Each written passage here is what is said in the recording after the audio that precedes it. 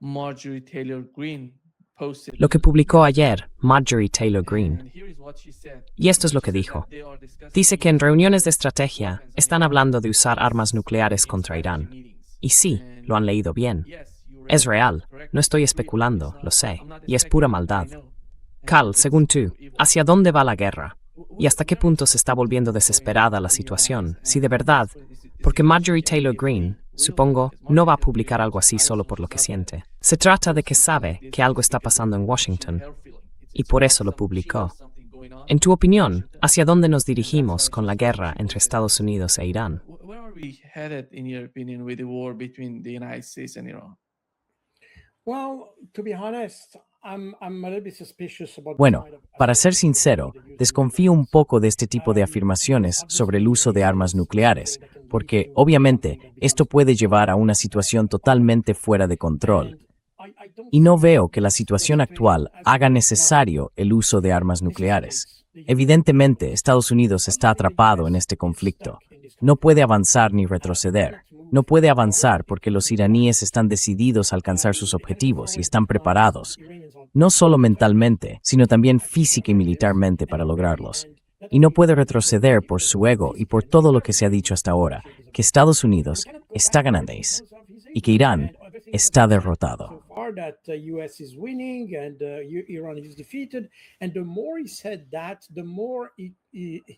Y cuanto más decía eso, más reducía la jaula en la que está.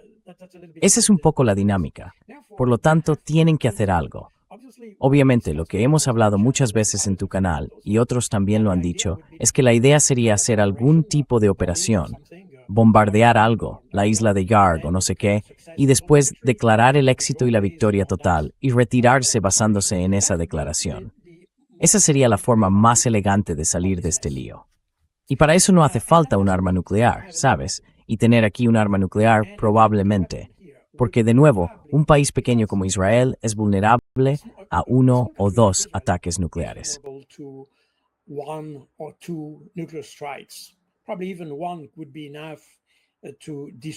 Probablemente, incluso una sola sería suficiente para destruir el principal. Bueno, probablemente una no, pero pongamos que 2 ataques nucleares podrían destruir la mayor parte de la estructura de mando y control, político y militar, de Israel. Digamos que probablemente tendrían un efecto destructivo total sobre el país. Pero Irán es un país muy grande. Incluso si se utilizara una bomba nuclear, probablemente no se lograría dejar al país fuera de combate. Y por tanto, sinceramente, soy muy escéptico ante este tipo de afirmaciones. E incluso, si Estados Unidos utilizara un arma nuclear, y supongamos que la utilizara contra Irán en una región donde no causara daños, solo para demostrar que está dispuesto a hacerlo, ese es el tipo de escenario que resulta absolutamente plausible. Bueno, no estoy seguro de que eso afectara la determinación de Irán. De hecho, reforzaría aún más su determinación.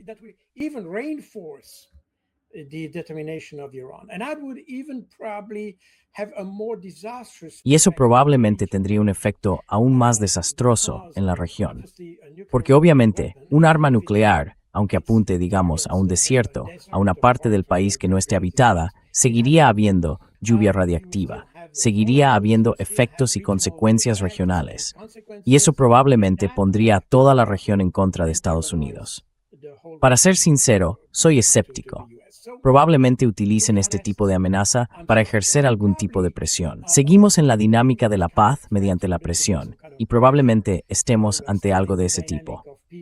Pero, para ser sincero, puedo equivocarme, porque al fin y al cabo también hemos dicho muchas veces que el actual mando y control que tenemos en Occidente en general, tanto político como militar, tiende a ser muy irracional a veces.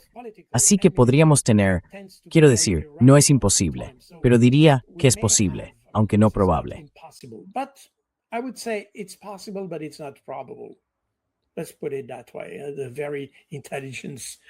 Vamos a decirlo así, con esa terminología tan propia de la inteligencia. No lo creo. Como he dicho, me inclino más a pensar que podrían atacar algún objetivo en Bandar Abbas o, ya sabe, algún tipo de activo importante o estratégico de Irán. Eso se presentaría, se difundiría y se reivindicaría como un éxito estratégico, y entonces se irían. Así es como lo veo. Verá, Estados Unidos no se encuentra ahora mismo en una situación muy cómoda en Oriente Medio. Quiero decir, evidentemente hemos visto y he explicado la situación estratégica en ambos sentidos. Pero, cuando observamos la situación militar, vemos todos esos problemas que mencionamos la última vez, por cierto, con el portaaviones Abraham Lincoln, con el personal y con los problemas que están empezando a tener en los propios barcos.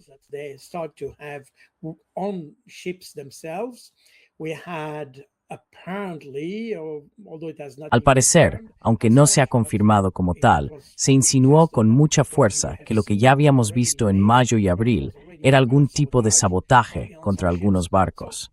Así que vemos que la guerra en Irán no es popular entre la población estadounidense. Probablemente tampoco lo sea entre los militares. Y además, vemos que los iraníes han desarrollado una estrategia muy sofisticada, con este tipo de escalada horizontal que expliqué en una ocasión en su canal. La idea es atacar todos los activos militares estadounidenses de la región en una especie de círculos expansivos. Y eso, literalmente, ha expulsado a Estados Unidos de la región. Me refiero militarmente.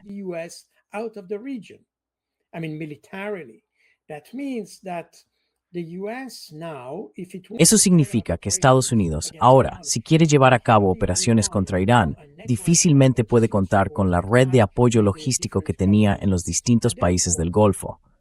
Y por tanto, no es imposible. Quiero decir, Estados Unidos aún puede llevar a cabo operaciones contra Irán, pero la logística para hacerlo se vuelve extremadamente compleja. Y por eso ahora depende de desplegar aviones y personal en Israel y en Jordania. Pero ya hemos visto, probablemente hace 2 o 3 semanas, que los iraníes pudieron atacar la base aérea Muwafaq Salti, en Jordania. Y eso significa que ni siquiera en Jordania Estados Unidos está seguro. Es muy difícil preparar una operación importante, tan lejos del objetivo, y en una zona que puede estar bajo la amenaza de misiles iraníes.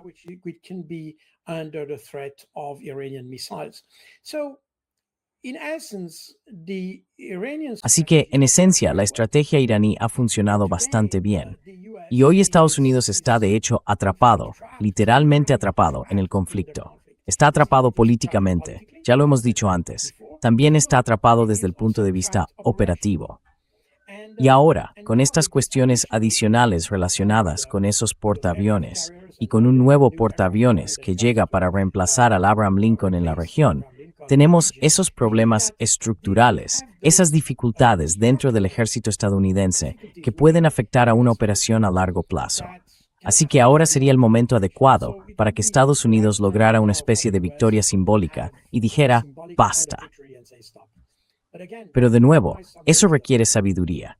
Y la sabiduría, al parecer, es el ingrediente más escaso que podemos encontrar hoy en el liderazgo político. Ese es el problema.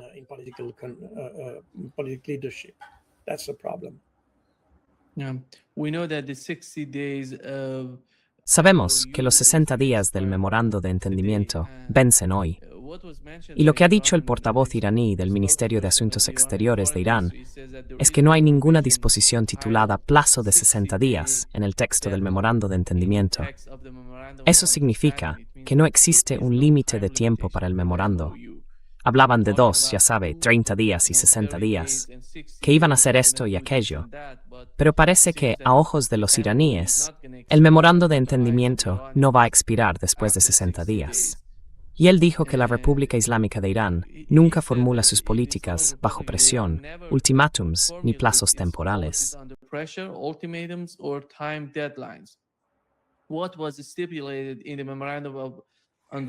Lo estipulado en el memorando de entendimiento era simplemente un periodo de 60 días para debatir 2 cuestiones: el levantamiento de las sanciones y la cuestión nuclear. Si no se alcanzaban resultados, ese periodo podía ampliarse. Debido a la flagrante y generalizada violación del memorando de entendimiento del 18 de junio por parte de Estados Unidos, apenas unas semanas después de su firma, nunca llegaron a iniciarse conversaciones. En consecuencia, la cuestión de un plazo de 60 días quedó totalmente sin objeto. Y esto, coronel, ¿cuál es su interpretación del memorando de entendimiento? Y después de todo, Supongamos que sigue siendo la base de lo que está ocurriendo. ¿Cree que sigue siendo el fundamento de lo que está pasando entre las dos partes?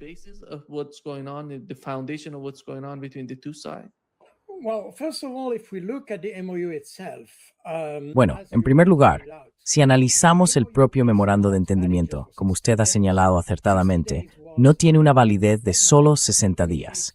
Los 60 días eran el plazo para iniciar negociaciones sobre algunos temas. El problema es que está construido sobre varios elementos, como el cese de las hostilidades, el levantamiento de las sanciones y todo eso. Pero todo ello depende de otros factores que deben negociarse. Así que, en esencia, podemos decir que, implícitamente, hay 14 puntos en este memorando de entendimiento, pero hay unos 10 que deben negociarse para alcanzar el objetivo principal del memorando.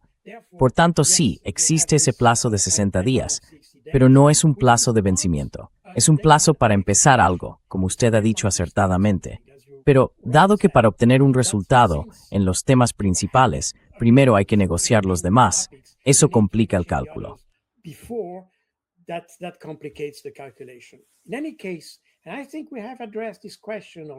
En cualquier caso, y creo que ya abordamos esta cuestión hace algunas semanas, los iraníes nunca han abandonado la idea de aplicar este memorando de entendimiento.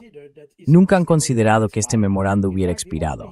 De hecho, la única declaración que podemos decir que tenemos sobre una posible expiración fue la de Donald Trump, que dijo, si no recuerdo mal, en una entrevista, se acabó, sea lo que sea que eso signifique. Pero dijo, bueno, cuando le preguntaron por el memorando de entendimiento, dijo, se acabó. El problema con la actual administración estadounidense es que, a veces, quiero decir, tengo la sensación de que este tipo de acuerdos no se negocian realmente de forma adecuada, sino que simplemente se lanzan como una especie de reclamo para hacer algo. Así que tengo la impresión de que Trump no se siente vinculado por los acuerdos, en términos generales.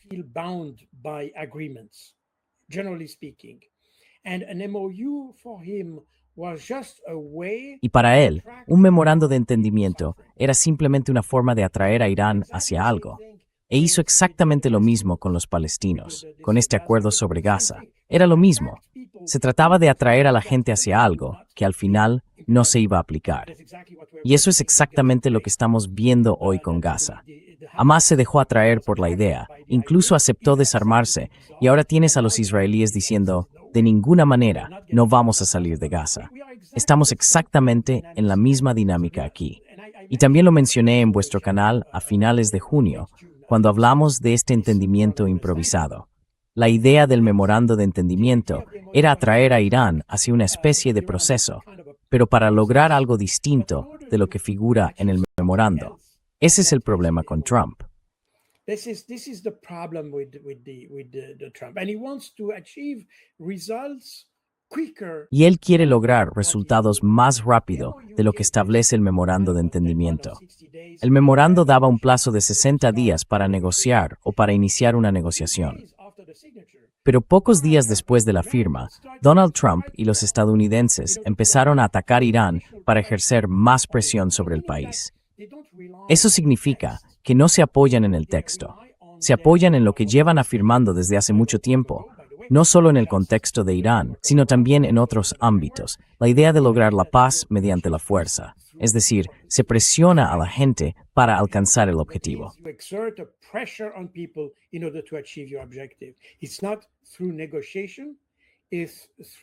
No es mediante negociación, es mediante, podría decirse chantaje, podría decirse presión.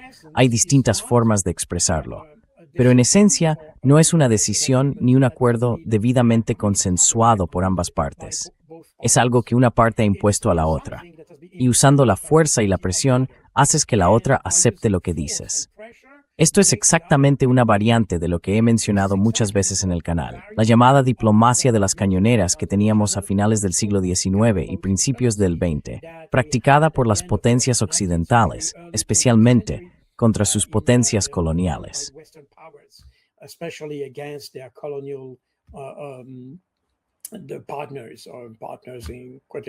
Los socios son socios entre comillas. Así que este es en cierto modo el problema que tenemos aquí. Y por eso para los iraníes es muy difícil, igual que para los demás, por cierto. Tenemos exactamente lo mismo con los rusos frente a los estadounidenses. No saben exactamente qué pretenden los estadounidenses.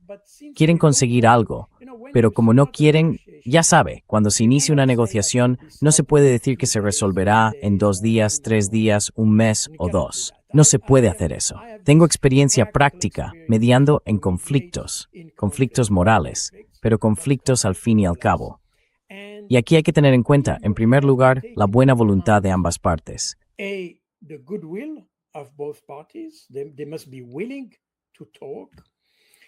Deben estar dispuestos a hablar. Tienen que hacerlo de buena fe. Eso significa que cuando se inicia la discusión, ambas partes tienen reivindicaciones y exigencias. Pero claro, no se espera que esas exigencias se modifiquen durante el proceso de negociación. Se espera que las partes hayan estudiado y establecido sus exigencias, sus reivindicaciones, lo que sea, y que el proceso de negociación sirva para encontrar un entendimiento común sobre esas reivindicaciones, por ambas partes y desde ambas partes. Ahora bien, si las partes empiezan a cambiar las reglas durante la negociación, probablemente no se pueda impedir. Pero eso significa que la negociación durará mucho más de lo previsto o de lo planeado.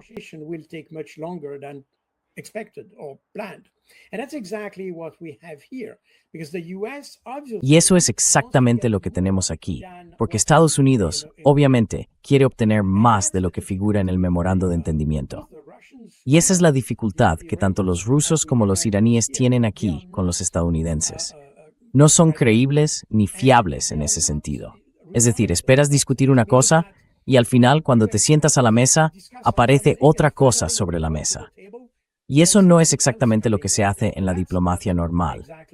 Y de nuevo, Udarabinit es el concepto de la paz a través de la fuerza. Y eso en esencia, una especie de diplomacia es eso conveniente.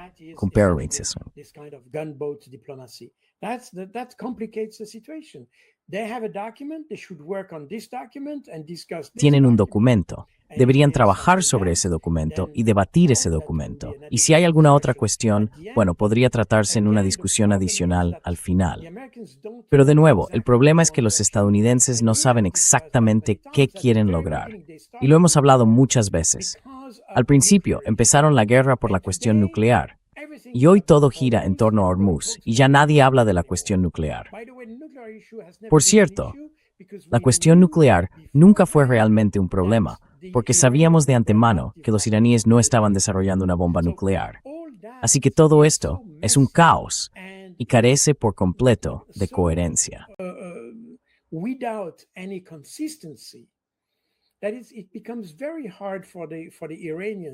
Es decir, a los iraníes les resulta muy difícil seguir una línea. Pero en ese caso, tenemos que reconocer que los iraníes han sido extremadamente coherentes. Dijeron, bueno, hemos firmado un acuerdo. Me refiero básicamente al memorando de entendimiento, que no es un tratado como tal, pero sí una especie de acuerdo. Un acuerdo para iniciar negociaciones. Y se atienen a ese acuerdo. Siguen considerando que, puesto que no ha sido rechazado oficialmente, ni revocado, ni nada por el estilo, sigue siendo válido. Y por tanto los iraníes, porque los iraníes tienen un enfoque muy parecido al que también se encuentra en Rusia. En esencia, son extremadamente legalistas.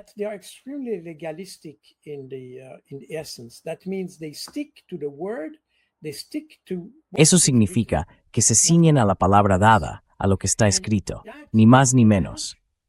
Y eso es una ventaja, especialmente para quienes negocian con ellos, porque sabes exactamente qué pretenden. Pero también puede ser una debilidad, porque sobre todo al enfrentarte a un adversario como Estados Unidos, que tiene mucho más poder, que es mucho más poderoso, y que puede permitirse ir más allá de las palabras y de la redacción de un tratado, eso puede ser una debilidad hasta cierto punto, pero tiene sus propias fortalezas. Y la fortaleza es que es correcto, que se puede demostrar que es correcto. Y esa es la ventaja.